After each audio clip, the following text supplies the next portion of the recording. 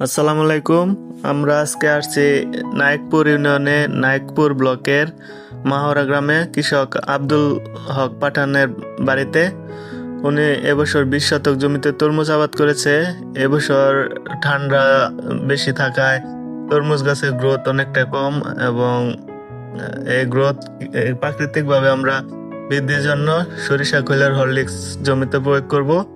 আজকে 7 দিন হচ্ছে সরিষার খোল ভিজিয়েছি, সাথে আজকে ডিএপি, এমওপি এবং ইউরিয়া 250 গ্রাম করে এবং সাথে বোরন যোগ করে আমরা এটা দ্রবণ তৈরি করব, এবং এটা আমরা আর 2 দিন থেকে 3 দিন ভিজিয়ে রেখে 10ম দিন আমরা জমিতে প্রয়োগ করব।